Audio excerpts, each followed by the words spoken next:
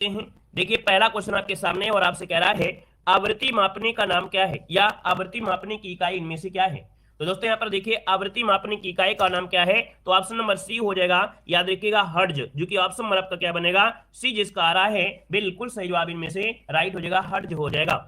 Next question को आते हैं। क्वेश्चन दिया गया है कि दूध का घनत्व मापने के लिए कौन सा उपकरण प्रयुक्त किया जाता है। चलिए जवाब देना है कि दूध का घनत्व है ना मापने के लिए कौन सा उपकरण प्रयोग किया जाता है। तो दोस्तों यहाँ पर आंसर क्या हो जाएगा, आप कहेंगे सर ऑप्शन नंबर आपका हो जाएगा ए नंबर ए, ये होता है लैक्टोमीटर। हमने कहा था कि दूध से संबंधित कोई भी चीज है उसमें से लैक्टोज शब्द आपका जरूर लगा होगा, तो आपका जो आंसर है वो आपका ए नंबर ए राइट हो जाएगा। क्लियर है, आगे बढ़िए। क्वेश्चन दिया गया है, कह रहा है बी की सतह से जब माचिस की तीली टकराती है तो ऊर्जा का कौन सा रूप एक चमकीली लौ के रूप में प्रज्वलित होने का कारण बनता है। तो दोस्तों याद रखिए ये होती रासायनिक ऊर्जा। रासायनिक ऊर्जा की वजह से ही यहां पर देखा जाए तो आपकी ऊर्जा आपकी होती है, तो ऑप्शन नंबर आपका सी राइट हो जाएगा। नेक्स्ट क्वेश्चन कराते हैं। क्वेश्चन दिया गया है कि एक गतिशील बस में अचानक ब्रेक लगाने से सरकार सवारी जो होती है वो आगे की ओर झुक जाती है, यह किस नियम का पालन करता है। चलिए जवाब देना है कि भैया कोई बस जा रही है और अचानक से अगर आपने ब्रेक लगा दिया तो जितनी भी सवारियां होती हैं आगे की ओर झुक जाती हैं। ये नियम जो आपका है वो किसका नियम है, जवाब दीजिएगा। क्वेश्चन नंबर आपका 4 है और 4 की बात करते हैं तो ऑप्शन क्या हो जाएगा, ये है आपका न्यूटन का प्रथम नियम। ऑप्शन नंबर आपका बन जाएगा ए, न्यूटन का प्रथम नियम, जिसका ऑप्शन आ रहा है बिल्कुल सही जवाब राइट हो जाएगा। क्लियर है ना, आवाज साफ नहीं आ रही भाई, क्या बात कर रहे हैं, आवाज नहीं आ रही, क्या बात कर रहे हैं, अच्छा भाई आवाज नहीं आ रही,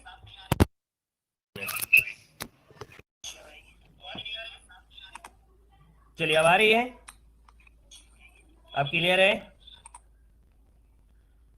चलिए अब बताइए, अब आवाज क्लियर हो गई है, क्लियर है,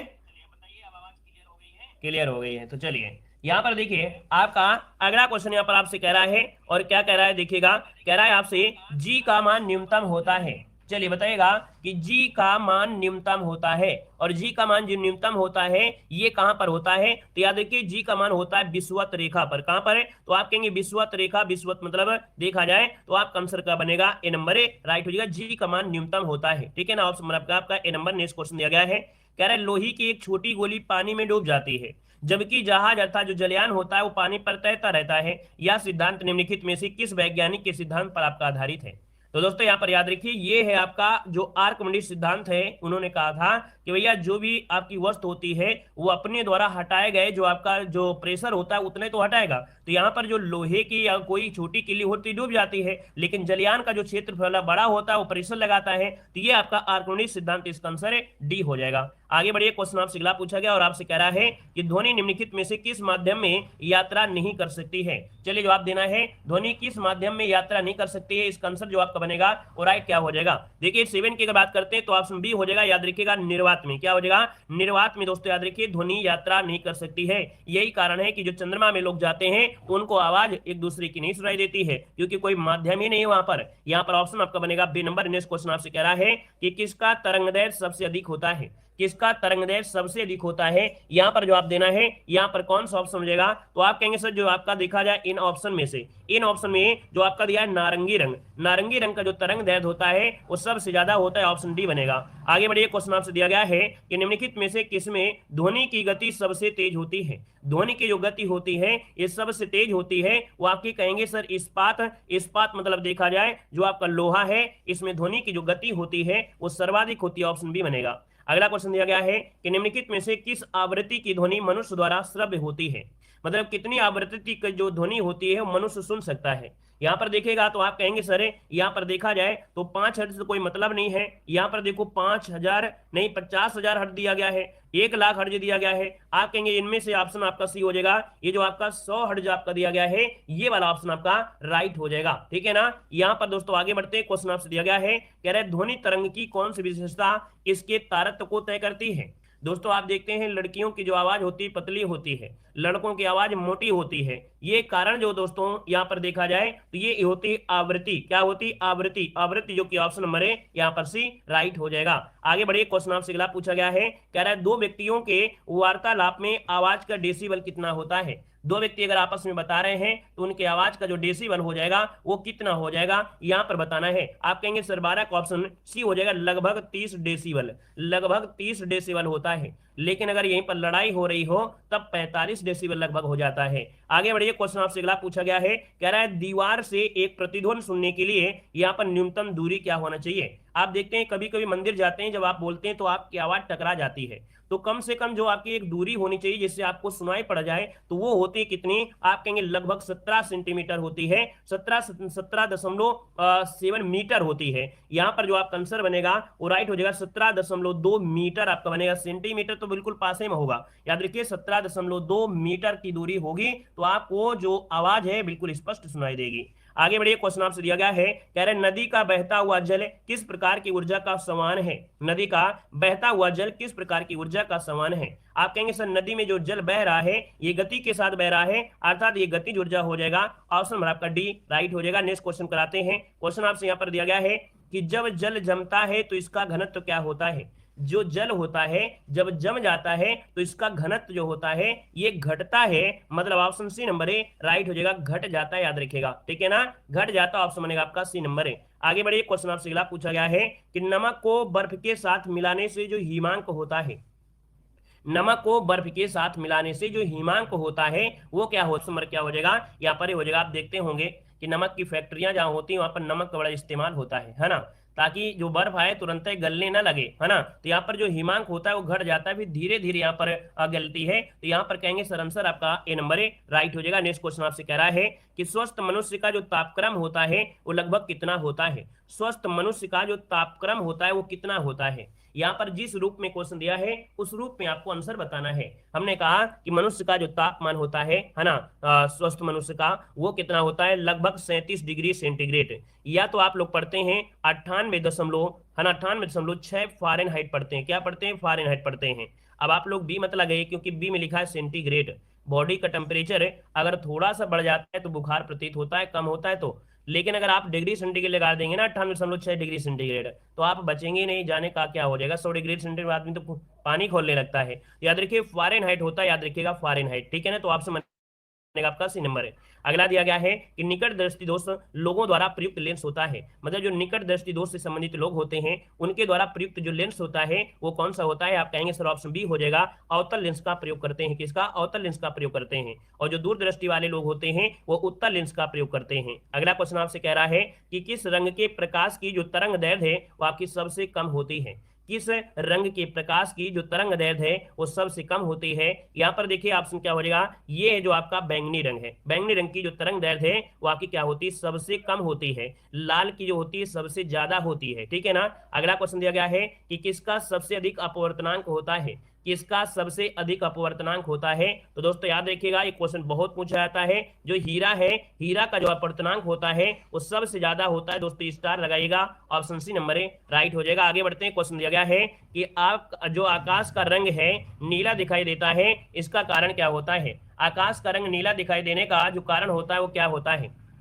चलिए जवाब दीजिएगा। यहाँ पर क्या हो जाएगा, तो आप कहेंगे सर प्रकाश का जो प्रकीर्णन होता है, प्रकाश के प्रकीर्णन की वजह से ही जो आकाश का रंग होता है वो क्या दिखाई देता है, यहाँ पर नीला दिखाई देता है। ऑप्शन नंबर क्या हो जाएगा आपका बी नंबर है, राइट हो जाएगा बी नंबर। क्लियर है। आगे बढ़िए, क्वेश्चन आपसे दिया गया है कि मोटर गाड़ियों में साइड की वस्तुओं को देखने के लिए प्रयुक्त दर्पण कौन सा होता है। मोटर गाड़ियों में साइड की कह सकते हैं देखते हैं ना जो वस्तुएं, तो वो उसमें जो आपका होता है कौन होता है। आप कहेंगे सर यहाँ पर 22 नंबर की बात करते हैं तो ये होता है उत्तल लेंस, है ना। उत्तल लेंस जो ऑप्शन नंबर आपका ए राइट हो जाएगा। इसमें से जो वस्तु होती है ना वो छोटी होती है लेकिन वास्तविक दिखाई देती है। जितने जो आदमी जैसा है वैसे आपको दिखाई देगा, बस उसकी जो कह सकते हैं छवि होती है वो छोटी हो जाती है, उसमें दिखाई देगा ना। तो यहाँ पर आपका उत्तल लेंस आपका होता है, ठीक है ना। और जो बगल में आपके होते हैं है ना जिसमें हाथ रख देते हैं, उत्तल लेंस आपका होता है, ठीक है ना। और जो बगल में आपके होते हैं है ना जिसमें हाथ रख देते हैं बगल में और भैया थोड़ा खिड़की से झांक लेते हैं तो खिड़की में जो होता है वो समतल होता है। लेकिन जो हेडलाइट होती है, हेडलाइट वो आपका क्या होता है, अवतल दर्पण होता है। आगे बढ़िए, क्वेश्चन आपसे दिया गया है कि निम्नलिखित में से कौन सा उपकरण विद्युत ऊर्जा को यांत्रिक ऊर्जा में परिवर्तित करता है। कौन सा उपकरण है जो विद्युत ऊर्जा को यांत्रिक ऊर्जा में परिवर्तित करता है। आपका आंसर क्या होगा 23 नंबर में, तो ऑप्शन बनेगा आपका, देखिए ये होता है मोटर। हमने बताया था जो आपकी इलेक्ट्रिक मोटर होता है, ये पहले इसको विद्युत ऊर्जा दी जाती है, फिर इसके बाद आपको क्या होगा, उसका आउटपुट मिलेगा, है ना, तब आपको यांत्रिक ऊर्जा मिल पाएगी, तो है ना, पहले विद्युत तब आपको यांत्रिक। ऑप्शन नंबर आपका ए राइट हो जाएगा। अगला आपसे कह रहा है कि परिवर्तक, जिसे हम लोग बोलते हैं ट्रांसफार्मर, एक किस सिद्धांत पर कार्य करता है। जो ट्रांसफार्मर होता है ये किस सिद्धांत पर कार्य करता है। तो दोस्तों याद रखिए, यह कार्य करता है विद्युत चुंबकीय प्रेरण के सिद्धांत पर, है ना, फैराडे ने बनाया था नियम, और ये विद्युत चुंबकीय प्रेरण के सिद्धांत पर कार्य करता है। ऑप्शन नंबर आपका सी हो जाएगा। आगे बढ़िए, क्वेश्चन आपसे दिया गया है कि निम्नलिखित में से कौन सा पदार्थ बिजली का कुचालक है परंतु ताप का सुचालक है। बिजली का देखिए कुचालक है परंतु ताप का सुचालक है। आपके घर में मेज होंगी, मेज है ना आपको लोगों घर पे, उसमें जो चिकना चिकना ऊपर लगा रहता है सरमाइका जिसे बोलते हैं, यही होता है आपका दोस्तों, याद रखिएगा। जिसमें से आप बिजली लगाएंगे तो बिजली तो नहीं लगेगा, करंट नहीं लगेगा, लेकिन अगर आप धूप में रख देंगे तो तुरंत गर्म हो जाएगा। तो याद रखिए यहाँ पर जो 25 नंबर है वो ऑप्शन डी हो जाएगा। इसे बोलते हैं अभ्रक। क्या हो जाएगा, अभ्रक। ऑप्शन नंबर आपका डी हो जाएगा। अगला क्वेश्चन आपसे कह रहा है कि बिजली के बल्ब का जो फिलामेंट बना होता है किसका बना होता है।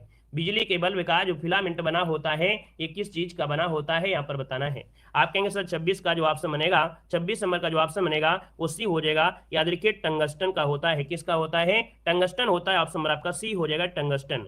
नेक्स्ट क्वेश्चन आपसे कह रहा है रासायनिक ऊर्जा को विद्युत ऊर्जा में रूपांतरण किसके द्वारा किया जाता है। देखिए भाई, रासायनिक ऊर्जा है और रासायनिक ऊर्जा को विद्युत ऊर्जा में लाना है, तो आप कहेंगे सर पहले केमिकली रिएक्शन होगा। ये केमिकली रिएक्शन होगा किसमें, तो आपके जो होता है संचायक सेल होते हैं ना, क्या होते हैं, संचायक सेल होते हैं। ऑप्शन नंबर आपका डी हो जाएगा। आगे बढ़िए, क्वेश्चन आपसे दिया गया है कि यांत्रिक ऊर्जा को विद्युत ऊर्जा में रूपांतरित करने के लिए क्या प्रयोग करेंगे। अब यहाँ पर देखो, यांत्रिक ऊर्जा है फिर आपको विद्युत मिलेगी, तो ये जो आपका होता है इसे डायनमो, जो डायनमो होता है ये पहले यांत्रिक ऊर्जा, इसमें कार्य करना पड़ेगा यांत्रिक तरीके से, फिर आपको विद्युत यहाँ पर मिलेगी, जिससे ट्रैक्टर में होता है। तो आप क्या करते हैं, चाबी लगाते हैं, है ना, तो पहले क्या होता है वो यांत्रिक कार्य होती है, इसके बाद ट्रैक्टर स्टार्ट होता है, बिजली बनना शुरू हो जाती है, तो ये विद्युत ऊर्जा हो जाएगा।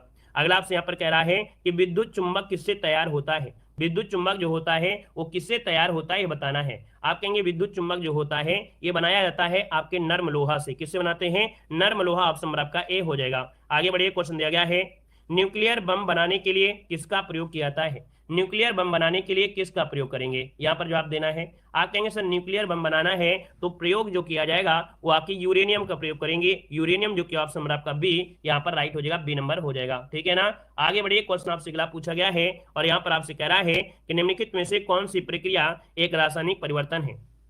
कौन सी प्रक्रिया एक रासायनिक परिवर्तन है, मतलब यहाँ पर देखा जाए 31 नंबर में, तो आप देखेंगे पौधों में जो प्रकाश संश्लेषण की क्रिया होती है ये रासायनिक क्रिया होती है। आपको मालूम है कि यहाँ पर देखिए कि जो प्रकाश संश्लेषण क्रिया होती है उसे रासायनिक क्रिया तो आप जानते हैं कि इसमें जल जाता है, आपकी जड़ों के माध्यम से वही जड़ जाता है, इसके बाद सूर्य से प्रकाश होती क्रिया होती है ना। तो यहाँ पर आपका ये पौधों का प्रकाश संश्लेषण जो होता है। अगला क्वेश्चन दिया गया है कि वह ताप जिस पर कोई ठोस वस्तु अपनी ठोस अवस्था से द्रव अवस्था में परिवर्तित हो जाए उसे क्या कहते हैं। अब देखो, आपसे कह रहा है कि अपनी ठोस अवस्था थी और ठोस अवस्था से वो द्रव अवस्था में जा रहा है, द्रव अवस्था में जा रहा है, तो भैया इसमें क्या होगा। बहुत बच्चे इस क्वेश्चन का गलत जवाब देते हैं, है ना, बहुत अच्छे इसका जरा गलत जवाब देते हैं। हमने कहा यहाँ पर ठोस दिया है, यहाँ पर द्रव दिया है, गैस नहीं दिया गया है। गैस होता तो आंसर अलग होता।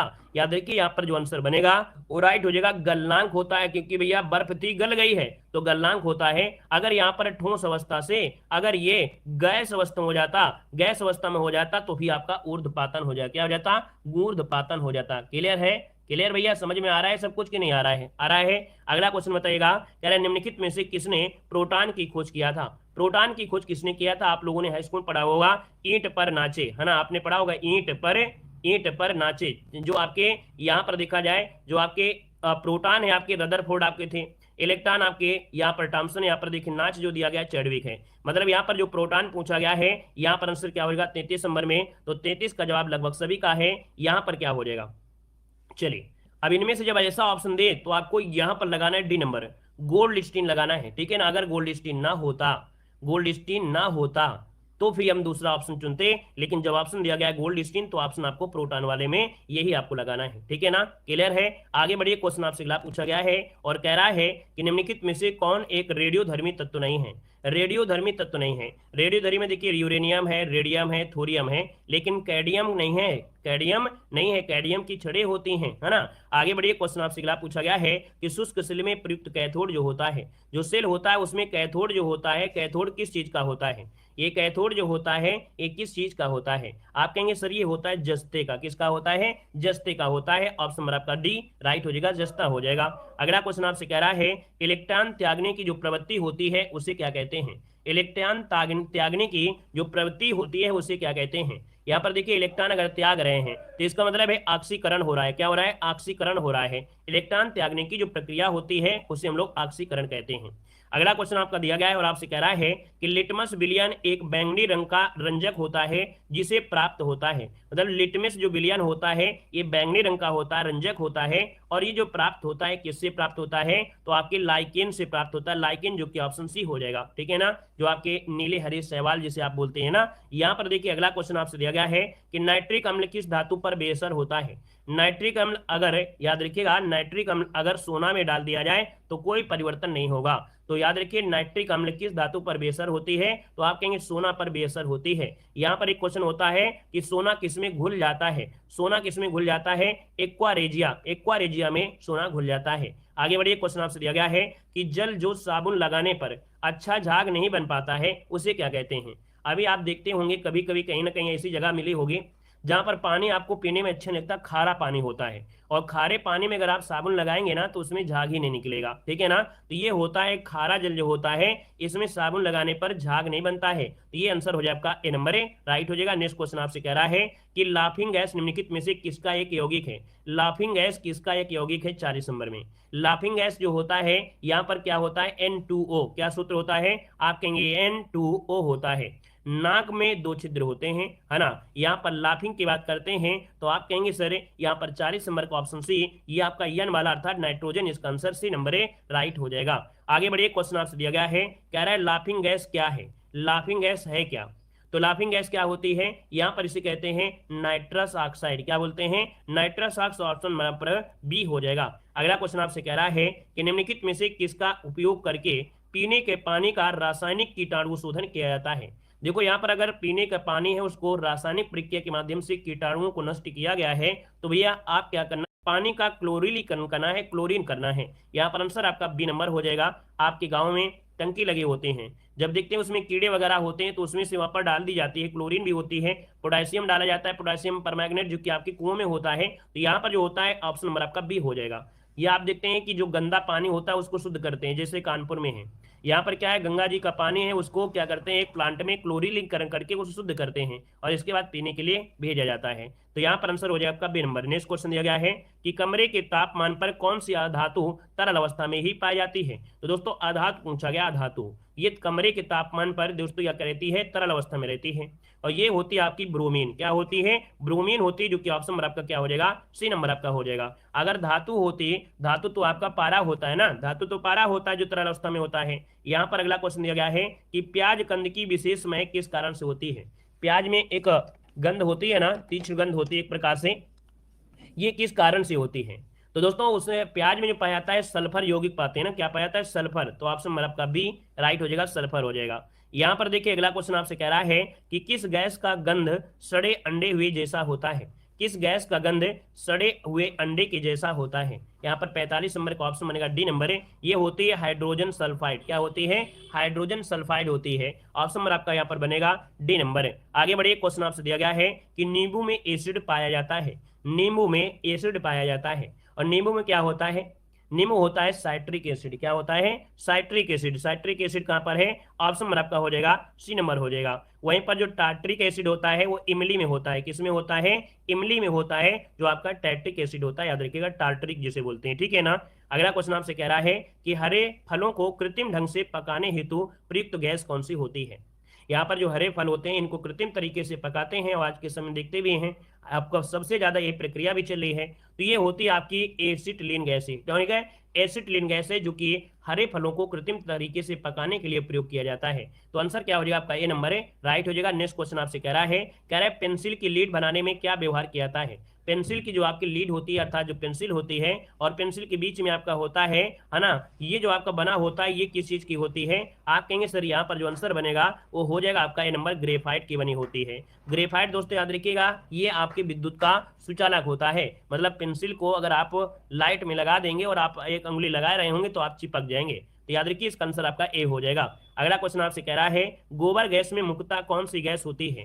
गोबर गैस में मुख्यतः कौन सी गैस होती है, यहाँ पर जवाब दीजिएगा। आंसर क्या हो जाएगा, यहाँ पर दीजिएगा कि गोबर गैस में जो आपकी गैस होती है वो कौन सी होती है। आप कहेंगे सर मीथेन गैस होती है। आप सभी का देखिए जवाब भी आ रहा है, आपका आंसर बिल्कुल सही है। यहाँ पर जवाब हो जाएगा मीथेन गैस हो जाएगा। अगला दिया है प्राकृतिक गैस का प्रमुख तत्व इनमें से क्या होता है। प्राकृतिक गैस का प्रमुख तत्व क्या होता है। देखिए आप लोग क्लास में जुड़े हुए हैं, वीडियो में लाइक की संख्या थोड़ा कम है ना, तो जितने लोग यहाँ पर जुड़े हैं ऐसी क्लास जो कि आपके रामबाण के लिए है, एक बार पढ़ेंगे वहीं से सब क्वेश्चन आ जाएंगे। तो ऐसी क्वेश्चन को, ऐसी वीडियो को लाइक करने के लिए कंजूसी ना करें, ठीक है ना। ऐसे वीडियो में देखिए मेहनत आपकी भी लगती है, आप भी इतनी लंबी क्लास देखते हैं और हम भी पढ़ाते हैं और हम भी टाइप करते हैं, कंटेंट बनाने में आप देख सकते हैं कि मेहनत होती है। तो ऐसी वीडियो को आप लोग ज़्यादा से ज़्यादा सपोर्ट भी करिए ताकि हम भी ऐसी वीडियो बनाने के लिए प्रोत्साहित होते रहें, मोटिवेट भी रहें। तो भैया कोई भी कंजूसी नहीं करेगा, ठीक है ना। सब लोग वीडियो को लाइक जरूर करिएगा, जितने लोग भी यहाँ पर ऑफलाइन देख रहे हैं या ऑनलाइन देख रहे हैं, ठीक है ना, ताकि इस प्रकार की मैराथन क्लासें आपको आती रहें अच्छे अच्छे कंटेंट से। ऐसा नहीं किताब उठाया और छाप दिया, किताब आया पढ़ा दिया, ठीक है ना। तो भैया आप लोग सभी लोग वीडियो को लाइक शेयर करते रहिएगा। देखो प्राकृतिक गैस में मुख्य तत्व क्या होता है। हमने कहा प्राकृतिक गैस में जो तत्व होता है यहाँ पर हो जाएगा क्या, लगभग सबका जवाब आ गया है। यहाँ पर जो आंसर आएगा आपका ये हो जाएगा मीथेन गैस, जो कि सबसे ज्यादा क्वेश्चन आपका पूछा जाता है इस समय, यही पूछा जाता है कि प्राकृतिक गैस का प्रमुख तत्व क्या है। तो आप कहेंगे सर मीथेन, ऑप्शन नंबर आपका ए हो जाएगा। अगला आपसे यहाँ पर दिया गया है कि वाशिंग सोडा, वाशिंग सोडा में क्या होता है। तो वाशिंग सोडा की अगर बात करते हैं तो आप कहेंगे सर वाशिंग सोडा में जो प्रयोग करते हैं वो होता है सोडियम कार्बोनेट, सोडियम कार्बोनेट, जो कि ऑप्शन में आपका सी नंबर है। लेकिन भैया यहीं पर एक होता है खाने वाला सोडा, खाने वाला सोडा जो उसे बोलते हैं, क्या बोलते हैं, सोडियम बाइकार्बोनेट, है ना। सोडियम बाइकार्बोनेट जो होता है ये खाने वाला सोडा होता है, ठीक है ना। तो यहाँ पर आंसर क्या हो जाएगा, सी हो जाएगा। नेक्स्ट क्वेश्चन आपसे कह रहा है प्लास्टर ऑफ पेरिस निम्नलिखित में से किसका एक उत्पाद होता है। प्लास्टर ऑफ पेरिस किसका एक उत्पाद है, 52 नंबर में। दोस्तों 52 की बात करते हैं तो ऑप्शन सी हो जाएगा आपका, ये होता है कैल्शियम। क्या होता है, कैल्शियम। ऑप्शन क्या हो जाएगा, सी नंबर आपका राइट हो जाएगा। और आगे बढ़ते हैं, क्वेश्चन आपसे दिया गया है कि कृत्रिम वर्षा के लिए प्रयुक्त किया जाता है। जो कृत्रिम वर्षा होती है ना, कृत्रिम वर्षा कराई जाती है, तो इसमें जो प्रयुक्त होता है, क्या प्रयुक्त होता है। अच्छा क्वेश्चन स्टार लगाइएगा। याद रखिए कृत्रिम वर्षा कराने के लिए यहाँ पर सिल्वर आयोडाइड का प्रयोग करते हैं। किसका करते हैं, सिल्वर आयोडाइड, जो कि ऑप्शन नंबर आपका क्या बनेगा, यहाँ पर सी नंबर आपका सभी का जवाब हो जाएगा। यहाँ पर आगे बढ़िए, क्वेश्चन आपसे दिया गया है, कह रहा है पीतल मिश्रण होता है किसका। पीतल जो बना होता है किसका बना होता है। पीतल में जो मिश्रण है वो आपका कौन सा मिश्रण होगा, यहाँ पर बताना है। चलिए पीतल में मिश्रण जो आपका होगा इनमें से क्या हो जाएगा। सब लोग पहले जवाब दीजिए क्योंकि ये क्वेश्चन आपका हमेशा पूछा जाता है और आपको पता भी होना चाहिए, है ना। चलिए बहुत अच्छे। यहाँ पर देखा जाए 54 नंबर में जो जवाब आ गया है वो ऑप्शन डी बनेगा। याद रखिएगा तांबा और जो होता है कौन, जस्ता, तांबा और जस्ता का मिलाया जाता है तो भैया बनता है पीतल। क्या बनता है, पीतल बनता है, याद रखिएगा, ठीक है ना। अगले क्वेश्चन कराते हैं। क्वेश्चन आपसे अगला पूछा गया है, कह रहा है स्टेनलेस स्टील किन अवयवों का मिश्रण होती है। स्टेनलेस स्टील जो होती है ना, जो स्टेनलेस स्टील होती है ये किस चीज का मिश्रण होता है। यहाँ पर देखा जाए तो आपका जो जवाब हो जाएगा यहाँ पर डी हो जाएगा। याद रखिए इसमें होता है लोहा, निकिल और क्रोमियम होते हैं। इनसे जो आपके पार्ट बनाए जाते हैं, जैसे आपके कौन है यहाँ पर जो ऑपरेशन वाले जो पार्ट होते हैं, जो औजार होते हैं, वो स्टेनलेस स्टील से, क्योंकि इसमें जंग नहीं लगती है, ठीक है ना, इसमें जंग नहीं लगती, इस वजह से ये आपके बनाए जाते हैं। अगला क्वेश्चन यहाँ पर आपसे कह रहा है केलाई मैन जो आपका अयस्क है किसका है। केलाई मैन जो आपका अयस्क है किसका अयस्क है। यहाँ पर जवाब देना है, ये जो अयस्क है केलाई मैन ये किसका अयस्क है। नोट कर लीजिएगा 56 नंबर का जो ऑप्शन है वो आपका सी हो जाएगा, जस्ते का होता है। किसका होता है, जस्ते का होता है। आपका जवाब हो जाएगा यहाँ पर सी नंबर राइट हो जाएगा, जस्ता हो जाएगा। आगे बढ़िए, क्वेश्चन आपसे अगला पूछा गया है और यहाँ पर आपसे दिया गया है, कह रहा है मोनोजाइट किसका अयस्क होता है। मोनोजाइट जो अयस्क होता है ये किसका होता है, तो थोरियम का होता है। थोरियम जो कि आपके भारत में कई जगह आपका खोजा भी गया है, अभी राजस्थान में भी, आपके जम्मू कश्मीर में भी, है ना। तो ये भी क्वेश्चन आपका बहुत बार पूछा गया है, थोरियम की खोज कहाँ हुई है ना। यहाँ पर आगे बढ़िए, क्वेश्चन आपसे अगला पूछा गया है, आपसे कह रहा है यहाँ पर क्वेश्चन है कि निम्नलिखित में से कौन सा पदार्थ एक ना चिपकने वाले बर्तन की सतह पर लेपित करते हैं। आप देखते हैं कि कुछ ऐसे बर्तन होते हैं, है ना, जिसमें से खाना चिपकता ही नहीं है। तो उसमें एक परत की लेप लगाई जाती है, और ये लेप होता है दोस्तों टेफ्लॉन की। किसकी बोलते हैं? टेफ्लॉन। टेफ्लॉन, जो कि ऑप्शन नंबर आपका डी। यहाँ पर देखिए आप सभी का जवाब भी बिल्कुल सही आ गया है। आगे बढ़िए, क्वेश्चन आपसे अगला पूछा गया है। यहाँ पर दिया है कि कृत्रिम सिल्क के रूप में कौन सा सिंथेटिक फाइबर प्रयोग करते हैं? कृत्रिम जो आपका होता है रेशा, कृत्रिम रेशा, तो कृत्रिम रेशा के लिए जो प्रयोग करते हैं वो किसका प्रयोग करते हैं? आप कहेंगे सर 59 का जो ऑप्शन है ये होता है रेयान। क्या होता है? प्रयोग करते हैं रेयान का जो ऑप्शन बनेगा यहाँ पर आपका बी नंबर है। अगर पूछे पहला जो आपका बनाया गया था कृत्रिम तरीके से वो आपका नायलॉन था, ठीक है ना। यहाँ पर आगे बढ़िए, क्वेश्चन आपसे दिया गया है, कह रहा है पानी को शुद्ध करने के लिए आमतौर पर इस्तेमाल किया जाने वाला रासायनिक तरीका इनमें से कौन सा है?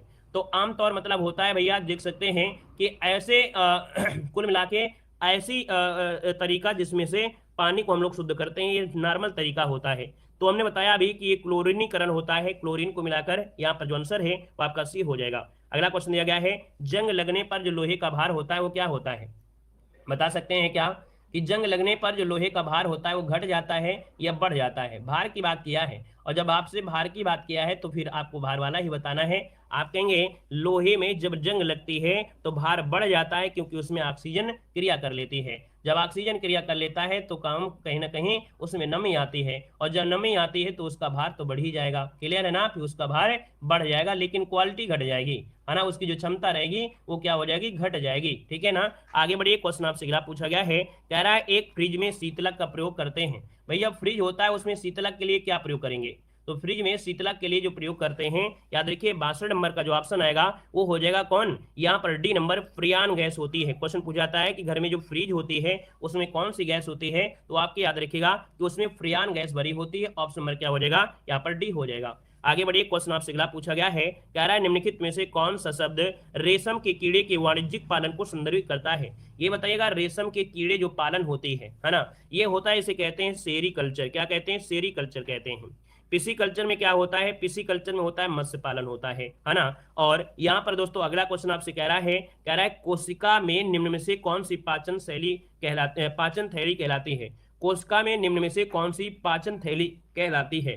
तो दोस्तों याद रखिए ये होती है लाइसोसोम। लाइसोसोम जो होती है ये क्या होती है? पाचन थैली होती है। ऑप्शन नंबर आपका डी हो जाएगा। अगला क्वेश्चन आपसे दिया गया है, कह रहा है निम्नलिखित में से कौन सा रोग पुरुषों की तुलना में महिलाओं में बहुत कम होता है? ये रोग जो मिलेगा अधिकतर आपको पुरुषों में ही मिलेगा, महिलाओं में नहीं मिलेगा, ठीक है, बहुत रेयर केस में। तो याद देखिए यहाँ पर जो 65 नंबर है वो ऑप्शन डी हो जाएगा। ये वर्ड अंधता जिसे बोलते हैं कलर ब्लाइंडनेस, है ना। तो यहाँ पर जो लाल और कह सकते हैं हरी चीज को सही से देख नहीं पाते हैं, है ना, और कहें लाल को लाल बोलेंगे, कहीं उल्टा कर देंगे, तो ये होता है क्या? आप कहेंगे सर इसे बोलते हैं वर्ड अंधता बोलते हैं। आगे बढ़िए, क्वेश्चन दिया गया है कि हमारे शरीर में हमारे कुल पोषण तत्व और खनिज अवशोषण का 90% हिस्सा कहाँ से होता है? ये कहाँ से प्राप्त करते हैं? तो देखिए हमारे बॉडी में कुल पोषण तत्व जो भी हैं और उनमें से जो आपके जो खनिज हैं उनमें जो अवशोषण होता है 90%, ये कहाँ होता है? तो देखिए 66 नंबर का ऑप्शन बनेगा आपका डी नंबर, छोटी आंत। याद रखिए सबसे ज्यादा पाचन जो होता है वो आपकी छोटी आंत में होता है, और भोजन में जो भी आवश्यक तत्व होते हैं, जितने भी तत्व होते हैं वो यहीं पर आपके अवशोषित किए जाते हैं। इसलिए खाने को चबा चबा कर खाना चाहिए। कहा गया है कि मुंह में दांत होते हैं 32, तो एक कौरा जो होता है ना उसको 32 बार चबाना चाहिए।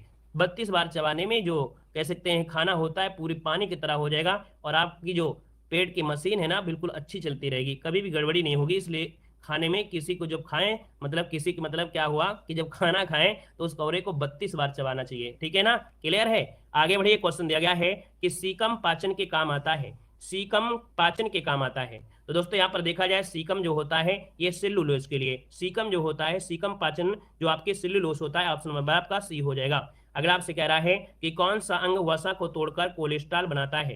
कौन सा अंग वसा को तोड़कर कोलेस्ट्रॉल बनाता है? और दोस्तों ये बनाता है जो आपका यकृत होता है, यकृत जिसे हम लोग जिगर कहते हैं, है ना। ये क्या करता है? वसा को तोड़कर कोलेस्ट्रॉल बनाता है। ऑप्शन नंबर आपका हो जाएगा बी नंबर हो जाएगा। बॉडी की सबसे बड़ी ग्रंथि कौन सी है? तो आप कहेंगे सबसे बड़ी ग्रंथि क्या है? यकृत ही आपकी है, ठीक है ना। और जो आपका पित्त रस निकलता है, क्या जो पित्त रस निकलता है वो आपके इसी से निकलता है और जाता कहाँ है? पित्ताशय में इकट्ठा हो जाता है। आगे बढ़िए, क्वेश्चन आपसे दिया गया है और आपसे कह रहा है निम्नलिखित में से कौन सा विकल्प शरीर का सबसे बड़ा आंतरिक अंग है? शरीर का सबसे बड़ा आंतरिक अंग पूछा गया है। और जब आपसे पूछा गया है सबसे बड़ा आंतरिक अंग, तो यहाँ पर आंसर में से क्या हो जाएगा? आप कहेंगे सर इसका जो आंसर बनेगा वो सी हो जाएगा, ये हो जाएगा जिगर। क्या हो जाएगा? जिगर, जो कि ऑप्शन नंबर क्या है यहाँ पर सी हो जाएगा, जिगर हो जाएगा, जिसे अभी हमने बताया है। आगे बढ़िए, क्वेश्चन आपसे दिया गया है भोजन को चबाने वाले दांत कौन से प्रकार के होते हैं? भोजन को चबाने वाले जो दांत होते हैं ये कौन से प्रकार के होते हैं? तो जो भोजन को जो चबाते हैं, चबाने वाले होते हैं चवर्णक। क्या बोलते हैं? चबाने वाले होते हैं चवर्णक होते हैं। ऑप्शन नंबर आपका हो जाएगा ए नंबर हो जाएगा। अगला क्वेश्चन आपसे कह रहा है कि निम्नलिखित अंगों में से कौन सा अंग पित्त रस का स्राव करता है? अभी अभी हमने बताया पित्त रस का जो श्रावण होता है वो किससे होता है? तो पित्त रस जो निकलता है वो कहाँ से निकलता है? तो आप कहेंगे सर यकृत से निकलता है। किससे निकलता है? यकृत से निकलता है। लेकिन जब निकल के इकट्ठा होता है धीरे धीरे वो पित्ताशय में होता है। किसमें? पित्ताशय में। तो इसका आंसर बनेगा आपका डी नंबर है। आगे बढ़िए, क्वेश्चन आपसे दिया गया है कि लाल रक्त दिखाई देने का कारण क्या होता है? चलिए बताइएगा कि लाल जो रक्त जो लाल दिखाई देता है इसका होने का कारण क्या है 72 में? तो दोस्तों याद रखिएगा यहाँ पर हीमोग्लोबिन आपकी बॉडी में होता है, हीमोग्लोबिन है ना, जो कि आपके देखते हैं कि आपकी नाक से ऑक्सीजन जाती है, बॉडी में लोहा होता है, मिल जाते हैं, ऑक्सीकरण कर रहे हैं, तो यहाँ पर हो जाएगा हीमोग्लोबिन। ऑप्शन नंबर आपका डी राइट हो जाएगा। आगे बढ़िए, क्वेश्चन आपसे दिया गया है कि हीमोग्लोबिन दिया गया, हीमोग्लोबिन लाल रक्त कोशिकाओं के अंदर का एक प्रोटीन है और यह निम्नलिखित में से किसका वहन करता है? मतलब देखा जाए जो लाल रक्त कोशिकाओं के अंदर एक प्रोटीन होता है ये वहन करता है, अर्थात यहाँ पर बताया ऑक्सीजन के साथ रिएक्शन करता है, तो ऑक्सीजन का वहन करता है। ऑप्शन नंबर आपका ए हो जाएगा। आगे बढ़िए, क्वेश्चन दिया गया है लाल रक्त कणिकाएं शरीर के किस भाग में बनती हैं? लाल रक्त जो कणिकाएं हैं ये शरीर के किस भाग में बनती हैं? तो दोस्तों यहाँ पर देखिए ऑप्शन क्या हो जाएगा, बी नंबर है, ये आपके अस्थि मज्जा में है ना। प्रैक्टिस सेट में क्वेश्चन मिला भी होगा। हमने कहा नैरो बोन जो होती है, जो आपकी हड्डियां होती हैं हड्डियों के बीच में है ना, ये होता है लाल रक्त। आपकी जो अस्थियां मतलब अस्थि मज्जा है यहीं पर रक्त का निर्माण होता है, यहीं पर रक्त का निर्माण होता है। आगे बढ़िए, क्वेश्चन आपसे दिया गया है, कह रहा है सर्वग्राही कौन सा होता है? चलिए बताइएगा सर्वग्राही किसे कहते हैं? सर्वग्राही किसे कहते हैं? सर्वग्राही मतलब होता है ग्रहण करने वाला।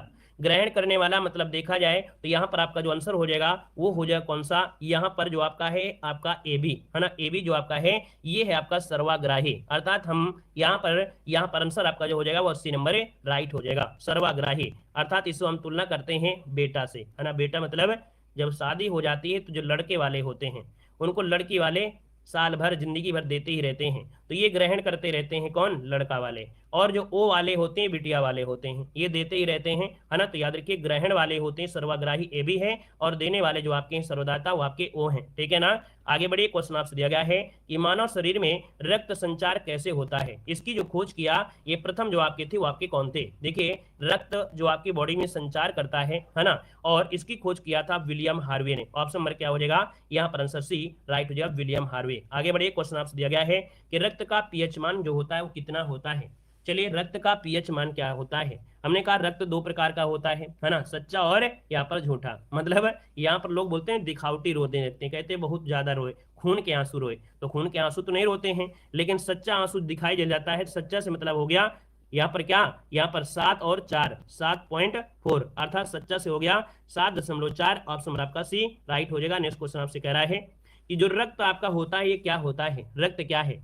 तो रक्त एक क्षारीय विलयन है। क्या है? रक्त एक क्षारीय विलयन है। तो ऑप्शन बनेगा आपका बी नंबर राइट हो जाएगा, ठीक है ना। जब आप की अंगुली कट जाती है तो आप तुरंत मुंह भर लेते हैं है ना, तो यहाँ पर ये क्षारीय होता है, ठीक है। और उसमें क्या होता है जब फिटकरी लगा दिया जाए तो रुक जाता है, क्योंकि फिटकरी होती है अम्लीय होती है, तो उसको जब लगा देते हैं तो वो रुक जाता है, इसलिए कटे हुई जगह में फिटकरी लगा देने से रुक जाता है ब्लड। तो आपका जो रक्त होता है क्षारीय होता है। यहाँ पर आगे बढ़िए, क्वेश्चन आपसे दिया गया है कि रक्त समूह ओ कहलाता है। रक्त समूह जो ओ है ये क्या कहलाता है? तो दोस्तों अभी हमने बताया कि रक्त समूह जो ओ होता है ना, ओ जो होता है इसे हम कहते हैं सर्वदाता है ना। सर्वदाता मतलब यहाँ पर बिटिया वाले है ना, और सर्वग्राही जो होते हैं वो आपके ए भी होते हैं, मतलब लड़का वाले, ठीक है ना। आगे बढ़िए, क्वेश्चन दिया गया है कि मानव शरीर का रक्त बैंक क्या कहलाता है? मानव शरीर का जो रक्त बैंक होता है उसे क्या कहते हैं? बता सकते हैं? तो आप कहेंगे जी सर बता सकते हैं। रक्त बैंक जो होता है वो कहा जाता है किसे? प्लीहा को कहते हैं या यकृत को कहते हैं? तो आप कहेंगे सर प्लीहा को कहा जाता है, ठीक है। मानव शरीर का जो रक्त बैंक है वो प्लीहा को कहते हैं। ऑप्शन नंबर क्या हो जाएगा यहाँ पर? ए नंबर जिसका आ रहा है बिल्कुल सही जवाब हो जाएगा। और यहाँ पर देखो अगला क्वेश्चन दिया गया है, मानव हृदय का सबसे बड़ा और मजबूत जो कक्ष होता है ये कौन होता है? मानव शरीर का सबसे बड़ा और सबसे मजबूत ये जो कक्ष होता है इसे कहते हैं बायां निलय। क्या कहते हैं? बायां निलय। ऑप्शन नंबर आपका बी राइट हो जाएगा, बायां निलय हो जाएगा।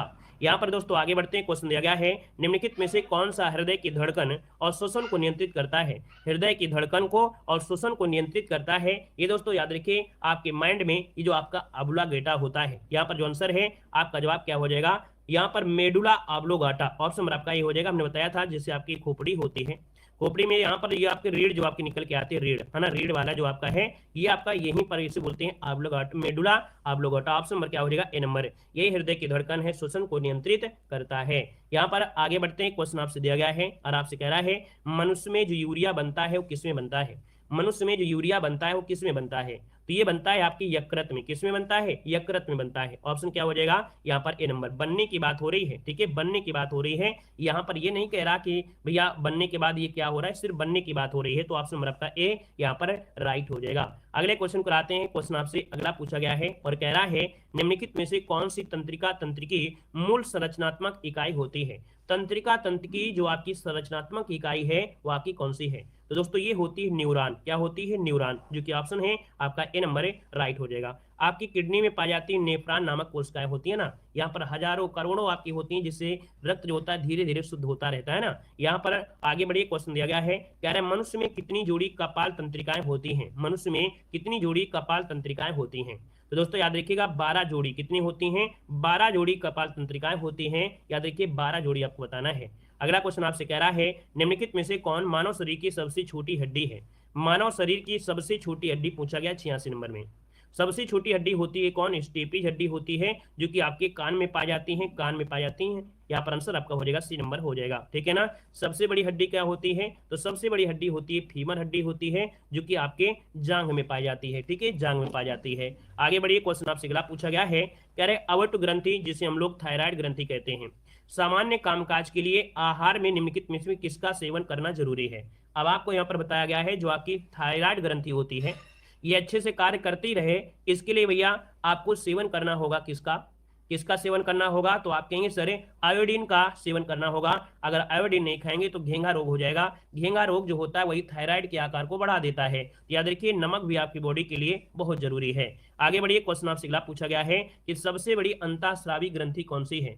सबसे बड़ी अंतःस्रावी जो ग्रंथि है वो आपकी कौन सी है, चलिए यहाँ पर जवाब देना है। सबसे बड़ी अंतःस्रावी जो ग्रंथि है आपका 88 नंबर में, आप कहेंगे सर ये है अवटी ग्रंथि है। अवट ग्रंथि मतलब जो थायराइड ग्रंथि है ये सबसे बड़ी अंतःस्रावी ग्रंथि है। और दूसरे नंबर की आपकी होती है जो आपकी अग्न्याशय ही दूसरे नंबर की आपकी होती है, ठीक है ना। और अगला क्वेश्चन यहाँ पर दिया गया है, कह रहा है पीयूष ग्रंथि पाई जाती है। पीयूष ग्रंथि पाई जाती है कहां पर, तो मस्तिष्क के नीचे, मस्तिष्क के ऊपर, मस्तिष्क के अंदर या मस्तिष्क के निकट कहीं भी। तो आप कहेंगे सर ऑप्शन हो जाएगा मस्तिष्क के नीचे। यहाँ पर आंसर क्या बनेगा, यहाँ पर मस्तिष्क के नीचे होती है। ऑप्शन नंबर बनेगा यहाँ पर जो ए दिया है वो आपका राइट हो जाएगा। आगे बढ़िए। क्वेश्चन दिया गया है, कह रहा है हार्मोन्स इंसुलिन हमारे शरीर के किस ग्रंथि द्वारा निर्मित होते हैं। चलिए कह रहा है जो हार्मोन होते हैं ये इंसुलिन हमारे शरीर में किस ग्रंथि द्वारा निर्मित होते हैं। नोट करिएगा आपका 90 का ऑप्शन बनेगा क्या, ए नंबर है, ये आपकी अग्न्याशय। क्या हो जाएगा, हार्मोन जो है ये इंसुलिन हमारे शरीर में किस ग्रंथि द्वारा, तो आपके अग्न्याशय ऑप्शन नहीं बनेगा। आगे बढ़िए। क्वेश्चन दिया गया है कि निम्नलिखित में से कौन सा स्त्रीलिंग हार्मोन है, कौन सा स्त्रीलिंग हार्मोन है, ये भी मॉडल पेपर में क्वेश्चन मिलता है। तो दोस्तों याद रखिएगा जो एस्ट्रोजन होता है, एस्ट्रोजन ये स्त्रीलिंग हार्मोन आपका है, ठीक है ना। एस्ट्रोजन जो आपका है ये आपका कैसा है, स्त्रीलिंग हार्मोन से। ऑप्शन बनेगा आपका ए नंबर है। आगे बढ़िए। क्वेश्चन दिया गया है इंसुलिन एक प्रकार का क्या है। इंसुलिन क्या है, तो आप कहेंगे इंसुलिन एक प्रकार का हार्मोन है। क्या है, इंसुलिन जो आपका होता है ये आपका हार्मोन होता है। आगे बढ़िए। क्वेश्चन आपसे दिया गया है कि हमारे भोजन आहार का प्रोटीन घटक मुख्य रूप से किसके लिए उत्तरदायी होता है। हमारे भोजन का आहार का जो प्रोटीन घटक है ये मुख्य रूप से जो उत्तरदायी होता है ये वृद्धि और मरम्मत के लिए, मतलब आपकी बॉडी में जो प्रोटीन का कार्य होता है, प्रोटीन का कार्य वो बॉडी की वृद्धि करते हैं और उसकी मरम्मत करते हैं ना। तो याद रखिए इसका ऑप्शन सी नंबर है राइट हो जाएगा। अगले क्वेश्चन कराते हैं। क्वेश्चन दिया गया है कि कौन सा भोजन तुरंत शक्ति प्रदान करता है, कौन सा भोजन तुरंत शक्ति प्रदान करता है।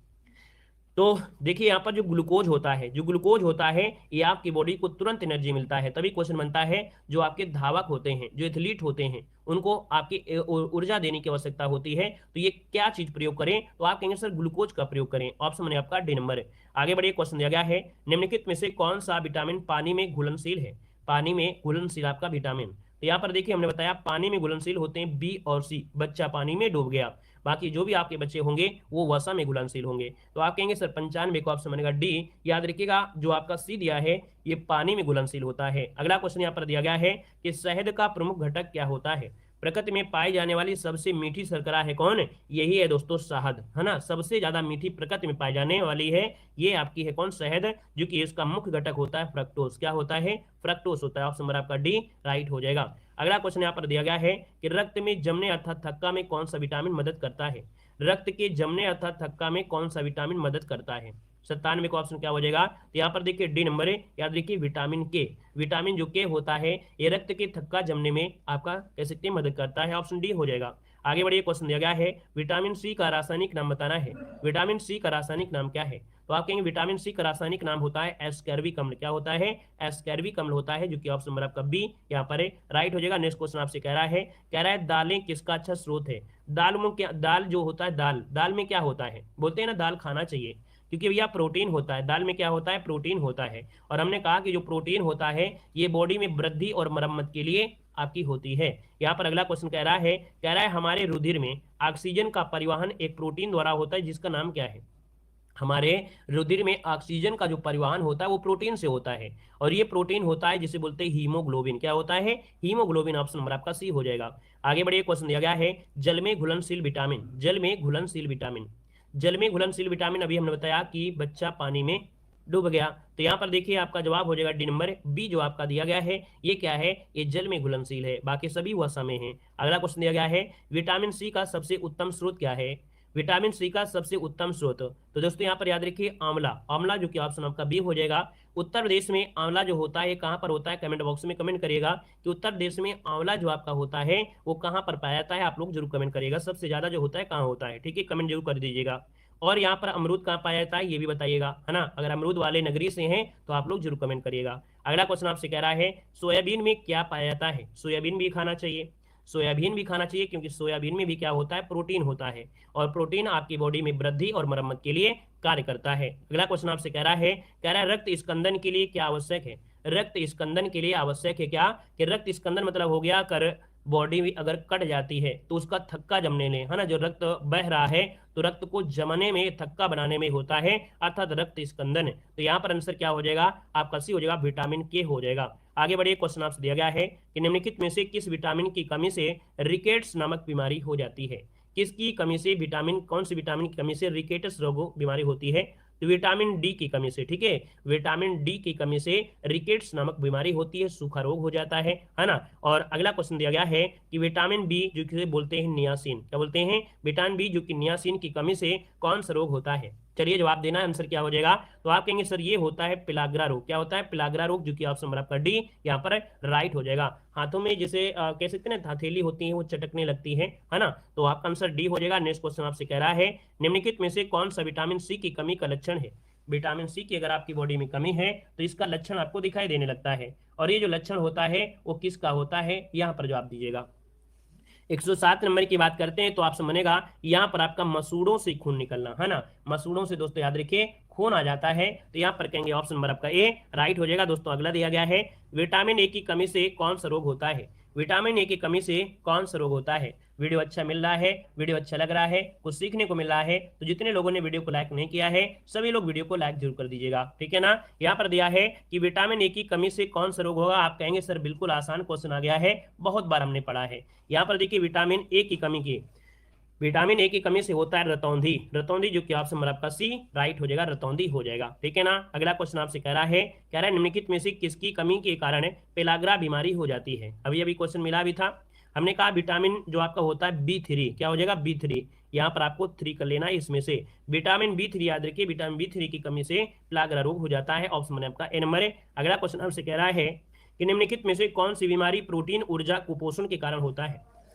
मतलब प्रोटीन की कमी होती है ना, ऊर्जा की कमी होती है, कुपोषण हो जाता है। और भैया जब प्रोटीन ऊर्जा कुपोषण के कारण हो जाता है तो भैया यहाँ पर देखा जाए एक रोग हो जाता है, इस रोग को बोलते हैं क्वाशरकोर, जिसे बोलते हैं सूखा रोग। क्या बोलते हैं? सूखा रोग बोलते हैं। तो आपका ऑप्शन क्या हो जाए? आपका बी नंबर है। आगे बढ़िए, क्वेश्चन दिया गया है कि चेचक जिसे बोलते हैं स्मॉल पॉक्स बोलते हैं का रोग कारक जीव इनमें से कौन सा है।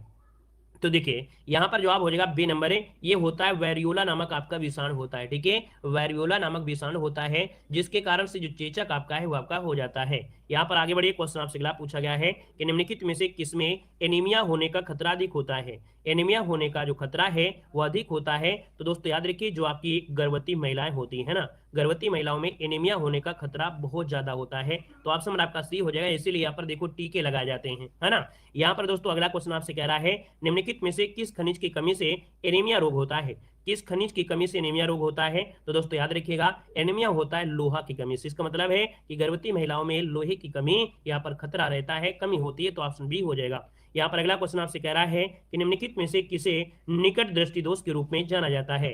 निकट दृष्टि दोष के रूप में जानते हैं मायोपिया। मायोपिया का संबंध आपकी आंख से है और ये निकट दृष्टि दोष के रूप में जानते हैं। ऑप्शन नंबर आपका हो जाएगा सी नंबर है। आगे बढ़िए, क्वेश्चन आपसे दिया गया है, कह रहे खट्टे फलों के सेवन को बढ़ाने से निम्नलिखित में से कौन सी बीमारी ठीक हो सकती है।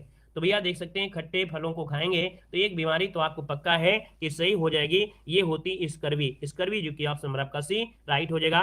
नेक्स्ट क्वेश्चन आपसे यहाँ पर दिया गया है, कह रहे हैं मलेरिया से कौन सा अंग प्रभावित होता है। मलेरिया से कौन सा अंग प्रभावित हो जाता है। मलेरिया जब हो जाता है तो मलेरिया से भैया जो प्लीहा होता है ना, प्लीहा डैमेज होते हैं। और यहाँ पर जो आंसर है वो आपका सी हो जाएगा। और जो आपकी आरबीसी होती हैं वो आपकी कम होती जाती हैं। आगे बढ़िए, क्वेश्चन आपसे दिया गया है कि बीसीजी का टीका किसके विरुद्ध रोग प्रतिरोधक शक्ति बढ़ाने के लिए, टीबी की रोकथाम के लिए होता है, जिसे हम लोग यहाँ पर बोलते हैं बी नंबर। याद रखिए, ये हो जाएगा आपका ट्यूबरकुलोसिस होता है। याद रखिए, ट्यूबरकुलोसिस जो कि आपका टीबी है। ऑप्शन नंबर आपका बी बनेगा दोस्तों। अगला क्वेश्चन आपसे कह रहा है रक्त कैंसर को कहा जाता है। रक्त कैंसर को क्या कहते हैं। तो रक्त कैंसर को बोलते हैं ल्यूकेमिया। क्या बोलते हैं, ल्यूकेमिया, जो कि ऑप्शन नंबर आपका सी हो जाएगा। आगे बढ़िए, क्वेश्चन दिया गया है कि जिसमें एक व्यक्ति की किसी विशेष रंग की पहचान करने में विफल रहता है, उस रोग को क्या कहते हैं। चलिए यहाँ पर देखिए 19 नंबर आपसे कह रहा है, और हमने कहा था भैया कि कोई रंग है अगर विफल होता है मतलब ये वर्णनता होता है ना, लाल हरे की पहचान नहीं कर पाता है, इसे बोलते हैं वर्णनता, है ना। जिसमें से पुरुष आपके भागीदार होते हैं, मतलब पुरुषों में ज्यादा होता है, महिलाओं में कम पाया जाता है, महिला इसकी वाहक होती हैं। अगला दिया गया है मलेरिया की दवा कुनैन किस वृक्ष से प्राप्त की जाती है। तो दोस्तों यहाँ पर देखिएगा कि जो कुनैन दवा है ये आपकी मलेरिया की दवा है, और ये जो पाई जाती है वो पाई जाती है किसमें, तो आपकी सिंकोना वृक्ष की छाल से प्राप्त होती है। ऑप्शन में आपका ए नंबर। नेक्स्ट क्वेश्चन आपसे दिया गया है कि रक्त में निम्न में से अधिकता से ब्लू बेबी सिंड्रोम नामक बीमारी हो जाती है। रक्त में अगर इसकी अधिकता हो जाए, रक्त में अगर इसकी अधिकता हो जाए तो हो जाता है ब्लू बेबी सिंड्रोम। आप कहेंगे सर यहाँ पर देखा जाए तो आंसर आपका डी हो जाएगा। नाइट्रेट की अधिकता से यहाँ पर जो बच्चा होता है वो बिल्कुल नीला जैसे पड़ने लगता है, इसीलिए इसे ब्लू बेबी सिंड्रोम कहते हैं। ऑप्शन डी बनेगा। आगे बढ़िए, क्वेश्चन आपसे दिया गया है कि मलेरिया परजीवी का नाम बताना है। मलेरिया का जो परजीवी होता है ये होता है प्लाज्मोडियम। क्या बोलते हैं, प्लाज्मोडियम बोलते हैं। ऑप्शन आपका बनेगा ए नंबर है। मादा एनोफिलीज मच्छर के काटने से यहाँ पर रोग होता है। अगला क्वेश्चन आपसे कह रहा है कि मलेरिया रोग से शरीर का कौन सा अंग प्रभावित होता है। मलेरिया रोग से शरीर का कौन सा अंग प्रभावित होता है। देखिए यहाँ पर 123 का जो ऑप्शन बनेगा वो आपका ए हो जाएगा। याद देखिए प्लीहा, है ना, प्लीहा होता है क्योंकि यहाँ पर आरबीसी जो होती है, आरबीसी का कब्रगाह कहते हैं इसे। तो भैया आरबीसी जब कब्रगाह यहीं पर है तो आरबीसी खत्म करेंगे तो भैया आप कहेंगे सर जो प्लेटलेट्स है वो कम हो जाती हैं, तो भैया ये प्लीहा होता है। आगे बढ़िए, क्वेश्चन दिया गया है कि निम्नलिखित में से उस विटामिन की कमी से विकार का चयन करें जिसमें मुंह, गले, पैर, निचले हिस्से एवं पैर के पंजों में लाल धब्बे जैसे उत्पन्न हो जाते हैं। तो जो लाल धब्बे हो जाते हैं, हमने बताया था हल्का सा जो हथेली होती है चटक बना जाता है, चटकने जाती है, ये पिलाग्रा रोग होता है। मुंह, गले, पैर, निचले हिस्से पाए में ना धब्बे जैसे होते हैं, तो इसे बोलते हैं पिलाग्रा रोग। ऑप्शन आपका बन जाएगा कौन, ए नंबर हो जाएगा। विटामिन B3 की कमी से होता है। अगला है किस तत्व की कमी से घेंघा रोग होता है। किस तत्व की कमी से घेंघा रोग, तो आप कहेंगे सर यहाँ पर सी हो जाएगा आयोडीन की कमी से। आयोडीन जो कि ऑप्शन नंबर क्या हो जाएगा, यहाँ पर सी हो जाएगा। आगे बढ़िए, क्वेश्चन दिया गया है मलेरिया से प्रभावित अंग क्या होता है। चलिए बताएगा मलेरिया से प्रभावित जो अंग होता है वो इनमें से क्या हो जाएगा। मलेरिया से कौन सा अंग प्रभावित हो जाता है। अस्थिमज्जा होता है, तिल्ली लाल रक्त कोशिकाएं होती है, मस्तिष्क होता है, या आंत होता है। आप कहेंगे सर 126 नंबर का जो ऑप्शन है वो राइट हो जाएगा, आपका बी नंबर है, जिसे बोलते हैं तिल्ली या बोलते हैं लाल रक्त कोशिकाएं, है ना। तिल्ली और लाल रक्त कोशिकाएं ये होती हैं, तो ऑप्शन में आपका बी नंबर है। आगे बढ़िए, क्वेश्चन दिया गया है कि निम्न में से कौन सा भ्रूणपोषी बीज नहीं है। कौन सा भ्रूणपोषी बीज नहीं है 127 नंबर में। तो दोस्तों यहाँ पर देखिए भ्रूणपोषी में देखिए जैसे आपका एरंड है, मक्का है, चावल है, लेकिन भैया जो आपका चना है ये भ्रूणपोषी आपका नहीं है। ऑप्शन नंबर आपका हो जाएगा डी नंबर है। यहाँ पर आगे बढ़िए, क्वेश्चन दिया गया है कि पौधे की किस भाग से हल्दी प्राप्त की जाती है। पौधे की किस भाग से हल्दी प्राप्त की जाती है।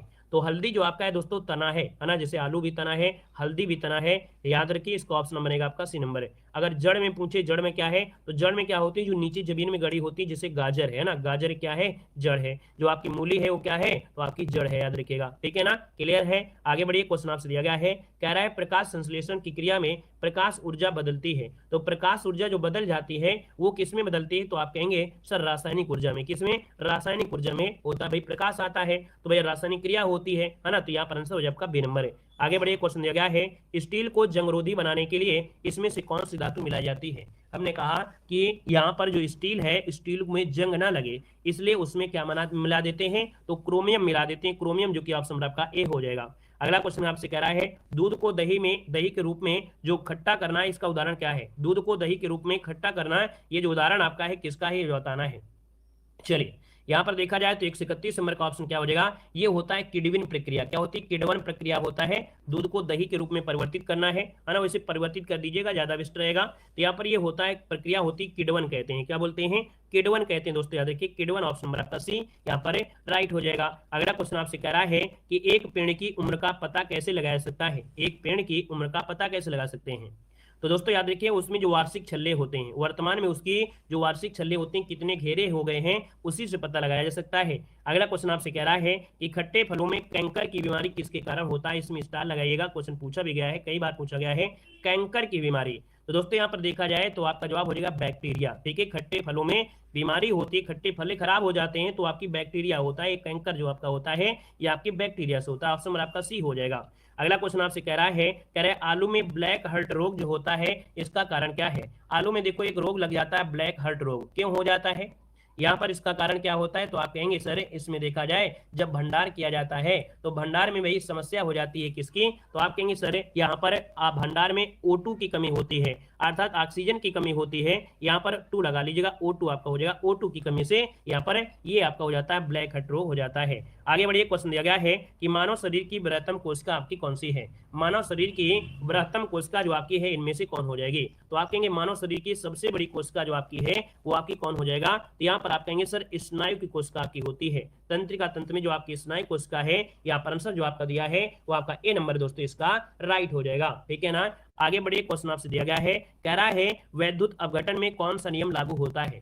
वैद्युत अपघटन में जो नियम लागू होता है ये होता है फैराडे का नियम, क्या होता है, फैराडे का नियम, ऑप्शन आपका डी हो जाएगा। आगे बढ़िए, क्वेश्चन दिया गया है, इलेक्ट्रॉन वोल्ट इकाई है, इलेक्ट्रॉन वोल्ट इकाई है किसकी है, तो इलेक्ट्रॉन वोल्ट होती है किसकी, तो आप कहेंगे सर ये होती ऊर्जा की, किसकी होती है, तो आपके ऊर्जा की होती है, ऑप्शन आपका सी नंबर है। अगला दिया गया है, कह रहा है पृष्ठ तनाव की बीमा क्या होती है, पृष्ठ तनाव की बीमा क्या होती है, पृष्ठ तनाव की बीमा होती है MLT, क्या होती है, MT की घाते -2, ठीक है, ये 2 ऊपर लगेगा, MT की घाते -2 होता है। अगला क्वेश्चन आपसे कह रहा है कि एक लड़की झूले पर झूल रही है, यदि वह खड़ी हो जाए तो झूले का जो आवर्तकाल होता है, झूले का जो आवर्तकाल होता है वो घट जाएगा या बढ़ जाएगा। तो दोस्तों याद रखिएगा, जैसे ही लड़की झूला में खड़ी होती है तो उस समय के लिए वो क्या होगा, वो घट जाएगा। तो याद रखिए इसको ऑप्शन बी नंबर राइट हो जाएगा। यहाँ पर अगला क्वेश्चन आपसे कह रहा है, यूरिया में नाइट्रोजन की मात्रा होती है, यूरिया में नाइट्रोजन की मात्रा होती है। तो दोस्तों यूरिया में नाइट्रोजन की मात्रा होती है लगभग कितनी, 46%, आप कहेंगे आंसर आपका ये हो जाएगा। अगला क्वेश्चन आपसे कह रहा है, कुत्तों में गुणसूत्रों की संख्या कितनी होती है, कुत्तों में गुणसूत्रों की जो संख्या होती है वो होती 78, कितनी होती, 78 होती है, मनुष्य में होती है आपकी 46। आगे बढ़िए, क्वेश्चन आपसे दिया गया है, कह रहे पारे का प्रतिरोध शून्य होता है, और ये पारे का जो प्रतिरोध हो जाता है शून्य हो जाता है ये दोस्तों 4K पर, ठीक है, यहाँ पर जो कि 4000 यहाँ पर जो हो जाएगा ऑप्शन सी 4K पर। आगे बढ़िए, क्वेश्चन दिया गया है, कह रहा है मेथेन को कहते हैं, मेथेन को क्या कहते हैं, चलिए मेथेन को क्या कहते हैं, तो मेथेन जो होता है दोस्तों इसे कहते हैं वुड एल्कोहल, क्या बोलते हैं, सॉरी मेथेन नहीं है, मेथेनॉल है, मेथेनॉल को बोलते हैं वुड एल्कोहल, ऑप्शन हो जाएगा सी नंबर है। आगे बढ़िए, क्वेश्चन दिया गया है कि साधारण लोलक के समय को दोगुना करने के लिए धागे की लंबाई क्या करेंगे। अगर कोई साधारण लोलक है उसके समय को दोगुना करना है तो धागे की लंबाई को क्या कर दीजिए, धागे की लंबाई को दोस्तों याद रखिए 4 गुनी कर दीजिए, 4 गुनी, ऑप्शन नंबर आपका सी हो जाएगा। अगला क्वेश्चन आपसे दिया गया है कि 1 डिग्री सेंटीग्रेड ताप बढ़ने पर वायु में ध्वनि का वेग क्या होता है, तो वायु में ध्वनि का जो वेग होता है वो क्या होता है, 0.6 मीटर प्रति सेकंड बढ़ जाता है। अगला दिया गया है दाब की SI यूनिट बताइएगा, मानक दाब क्या होता है, मानक दाब क्या है, मानक दाब क्या होता है, तो आप कहेंगे पारे का 760 मिलीमीटर होता है। ठीक है, याद रखिए पारे का 760 मिलीमीटर होता है, सेंटीमीटर मत लगाइएगा। अगला क्वेश्चन आपसे कह रहा है कि जल जब प्रकाश वायु से कांच में जाता है। देखिए यहाँ पर क्या हुआ कि एक कांच यहाँ पर हमने रख दिया और यहाँ से हमने प्रकाश इसमें डाला, तो जब जाता है तो भैया इसकी तरंग दैर्घ्य घट जाएगी या बढ़ जाएगी या नहीं बढ़ेगी, तो आप कहेंगे अमूमन है घट तो जाएगी ही जाएगी, तो तरंग दैर्घ्य क्या होती है, घट जाती है। ऑप्शन आपका बी हो जाएगा। अगला आपसे कह रहा है कि एस्कर्बिक एसिड किस विटामिन का नाम है। एस्कर्बिक एसिड किस विटामिन का नाम है, तो आप कहेंगे विटामिन सी हो जाएगा। ऑप्शन नंबर आपका सी। यहाँ पर आगे बढ़िए, क्वेश्चन दिया गया है, कह रहा है ध्वनि किस रूप में यात्रा करती है। ध्वनि जो होती है वो किस रूप में यात्रा करती है, तो दोस्तों ध्वनि जो होती है ये यात्रा करती है आपके ऑप्शन बी अनुदैर्ध्य तरंगों के रूप में ही आपकी यात्रा करती है। अनुदैर्ध्य तरंगें होती है, अनुप्रश्न मत लगाइएगा, ये आपके अनुदैर्ध्य तरंग के रूप में कार्य करती है। अगला दिया गया है सोनार मुख्यतः उपयोग किया जाता है। सोनार एक विधि होती है और इस विधि में दोस्तों याद रखिए जो आपके समुद्र यात्री होते हैं उनके द्वारा प्रयोग करते हैं। आपके देखा जाए जो आपके जहाज जैसे होता है और जहाज से देखा जाए जो समुद्र में कोई वस्तु डूब जाती है तो यहाँ से यहाँ पर इसे भेजा जाता है और किरणों के माध्यम से पता चलता है, तो ये समुद्र यात्रियों के द्वारा होता है। ठीक है ना, सोनार का प्रयोग करते हैं। यहाँ पर दिया गया है सूर्य में नाभिकीय ईंधन। सूर्य में नाभिकीय ईंधन जो होता है, सूर्य में जो नाभिकीय ईंधन है वो आपका है क्या, बताइएगा।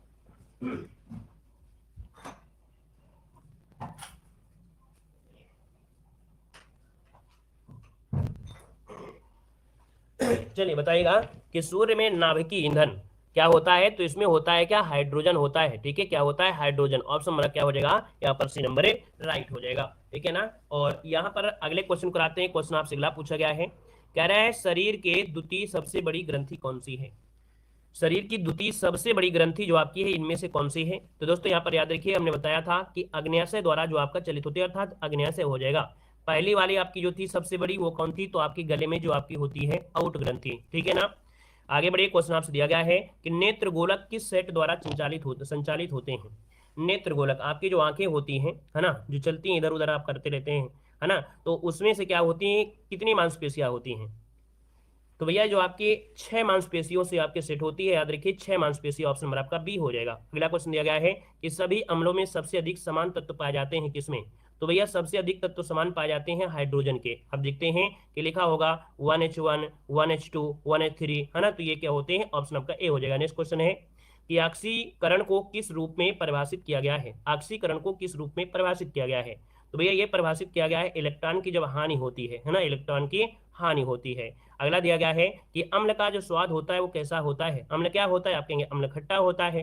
खट्टा होता है तो ऑप्शन बी हो जाएगा। नेक्स्ट क्वेश्चन आपसे कह रहा है प्रकाश वर्ष इकाई है। चलिए बताइएगा कि प्रकाश वर्ष इकाई है तो किसकी होती है, आप कहेंगे सर दूरी की होती है। दूरी की बात करते हैं तो ऑप्शन नंबर आपका ए हो जाएगा। नेक्स्ट क्वेश्चन आपसे कह रहा है कि 1 जूल बराबर कितने अर्घ के होता है।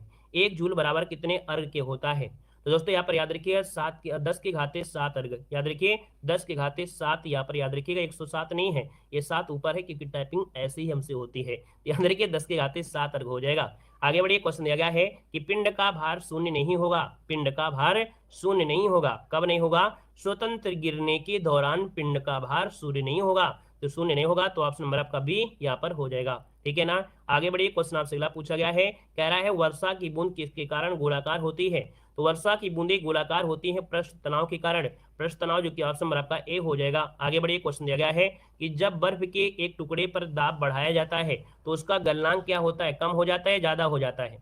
बर्फ ना गले इसके लिए यहाँ पर प्रेशर लगाते हैं है ना, तो भैया आप कहेंगे सर बर्फ का जो गलनांक होता है वो घट जाता है, इसीलिए उसको दाब के रखते हैं, इसीलिए उसको भूसा में रखते हैं है ना, ताकि वो जल्दी से गले ना। यहाँ पर आगे बढ़िए, क्वेश्चन आपसे दिया गया है, कह रहे हैं आग पकड़ने के लिए कौन सा फाइबर न्यून प्रवृत्त होता है। आग पकड़ने के लिए कौन सा फाइबर न्यून प्रवृत्त होता है। न्यून का मतलब ये हो गया कि जल्दी से आग उसमें नहीं पकड़ती है ना, जल्दी से आग उसमें नहीं पकड़ती है। अब आप बताइएगा कौन सा ऐसा चीज होता है जिसमें आग जल्दी से नहीं पकड़ती है।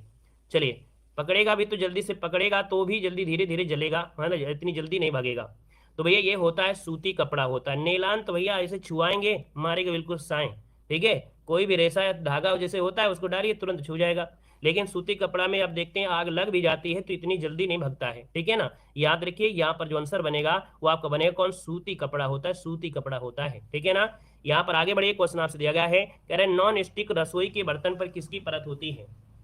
चलिए नॉन स्टिक रसोई के बर्तन पर किसकी परत होती है, देखिए यहाँ पर आंसर क्या हो जाएगा, तो आप कहेंगे सर ये टेफ्लॉन की परत होती है, टेफ्लॉन, जो कि ऑप्शन सी हो जाएगा। आगे बढ़िए, क्वेश्चन दिया गया है कि कौन सी धातु नाइट्रिक अम्ल द्वारा प्रभावित नहीं होती है। हमने आपको पढ़ाया भी था कि कौन सी धातु है नाइट्रिक अम्ल द्वारा प्रभावित नहीं होती, तो आपका देखिए सोना भी था, इधर आपका कौन है, तो यहाँ पर जो आंसर भी दिया गया है 64 नंबर में ऑप्शन बी हो जाएगा, आपका सोना हो जाएगा। यहाँ पर आगे बढ़िए, क्वेश्चन दिया गया है निम्नलिखित में से किसे भारी जल कहा जाता है। भारी जल जो कहते हैं वो किसे कहते हैं, भारी जल जो होता है वो किसे कहते हैं। तो दोस्तों यहाँ पर देखिए 165 का ऑप्शन बनेगा आपका ड्यूटेरियम ऑक्साइड, मतलब ऑप्शन नंबर आपका बी ड्यूटेरियम ऑक्साइड हो जाएगा। नेक्स्ट क्वेश्चन आपसे कह रहा है लाफिंग गैस क्या होती है। लाफिंग गैस क्या होती है, लाफिंग गैस दोस्तों, लाफिंग गैस होती है नाइट्रस ऑक्साइड N2O, है ना, जो कि ऑप्शन ए बनेगा। आगे बढ़ते हैं, क्वेश्चन आपसे अगला पूछा गया है, कह रहा है NaOH जो सूत्र वाले यौगिक का नाम बताइए। NaOH, NaOH होता है कास्टिक सोडा का, किसका होता है, कास्टिक सोडा, ऑप्शन नंबर आपका ए हो जाएगा। अगर आपसे कह रहा है कि निम्न में से किससे ध्वनि का संचरण नहीं हो सकता है, ध्वनि का संचरण नहीं हो सकता है यहाँ पर बताना है, तो कहेंगे ध्वनि का संचरण किसमें नहीं होगा, निर्वात में, निर्वात में ध्वनि का संचरण नहीं होता है। आगे बढ़िए, क्वेश्चन दिया गया है कि ग्रहों की परिक्रमा की गणना की जाती है, तो ग्रहों की गति की जो परिक्रमा की गणना किया था भैया, ये नियम था केपलर का नियम, है ना, क्या गया था, केपलर का नियम, आप कहेंगे ऑप्शन बी हो जाएगा। आगे बढ़िए, क्वेश्चन दिया गया है मानव शरीर में धमनियों का जो कार्य होता है क्या होता है, मानव शरीर में धमनी का जो कार्य होता है, तो धमनी के माध्यम से हृदय से रक्त को लाना होता है, ठीक है, हृदय से रक्त को लाना होता है, तो यहाँ पर आंसर आपका सी नंबर राइट हो जाएगा। और अगला क्वेश्चन यहाँ पर दिया गया है, आप कह रहा है किसी तत्व के परमाणुविक भार को किसमें व्यक्त किया जाता है, किसी तत्व के परमाणुविक भार को जो व्यक्त करते हैं वो व्यक्त करते हैं किससे, तो आप कहेंगे परमाणु की जो द्रव्यमान इकाई होती है, परमाणु की जो द्रव्यमान इकाई होती है वो भैया आपका परमाणुविक भार में व्यक्त करते हैं। आगे बढ़िए, क्वेश्चन दिया गया है तापमान को कितना कम कर देने से सभी गैस शून्य आयतन घेर लेंगी, तापमान को कितना कम कर देने से सभी गैसें शून्य आयतन घेर लेंगी। तो दोस्तों याद रखिए इसका आंसर हो जाएगा आपका -273, क्या हो जाएगा, -273। अगला क्वेश्चन दिया गया है कि गाय के दूध में किसके कारण पीलापन होता है, गाय के दूध में किसके कारण पीलापन होता है, यहाँ पर बताना है। आपका जो आंसर बनेगा इनमें से राइट क्या हो सकता है, आप सभी ने पढ़ा होगा, है ना, आप सभी ने पढ़ा होगा।